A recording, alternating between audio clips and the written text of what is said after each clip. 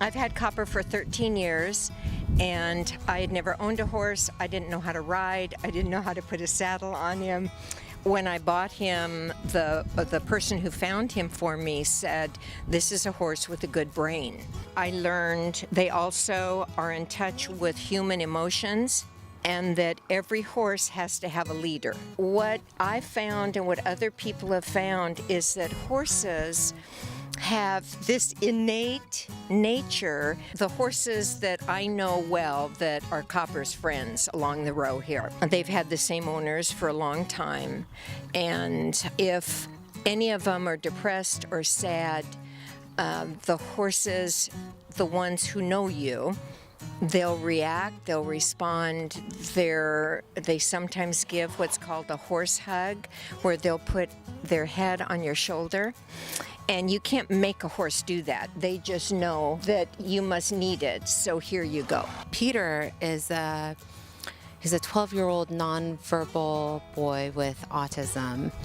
He happens to be on the more severe end of the spectrum. He's had numerous health issues from birth, from failure to thrive to craniosynostosis to just various things. We often kid about, what specialists haven't we seen? What's been unique is that, one of the things with autism in general and with Peter specifically is that with new instances or with new situations, he has a hard time kind of adjusting or difficulties in kind of getting comfortable with situations.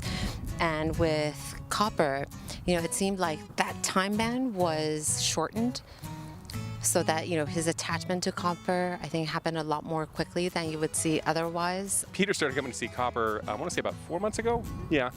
And, it's been a tremendous, wonderful activity for him to look forward to almost every week. It's kind of a regular Sunday routine for us now. And Peter just enjoys it so much. It's one of the things that he asks about all week and looks forward to all week.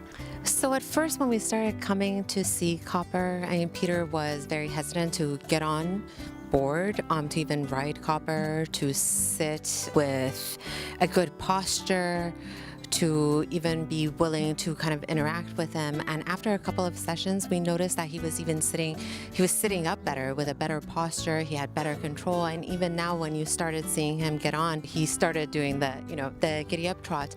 And also what's interesting is that he's been verbalizing a lot more than he used to.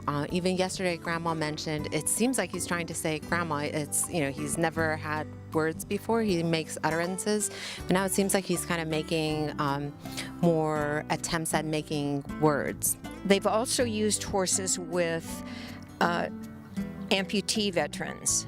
And with Copper, he's worked with at least a dozen autistic children. And just from the very beginning, Copper knew there's something inside him, and he trusts me because I'm beside him. I don't let anyone who's autistic or disabled go out without me just walking beside him. Copper, how old are you? How old are you, Copper? 1, 2, 3, 4, 5, 6, 7, 8, 9, 10, 11, 12, 13, 14, 15, 16, 17, 18, 19, 20. Go. All right. Well, thank you, Copper. How about a carrot? Jesus. And there you have it.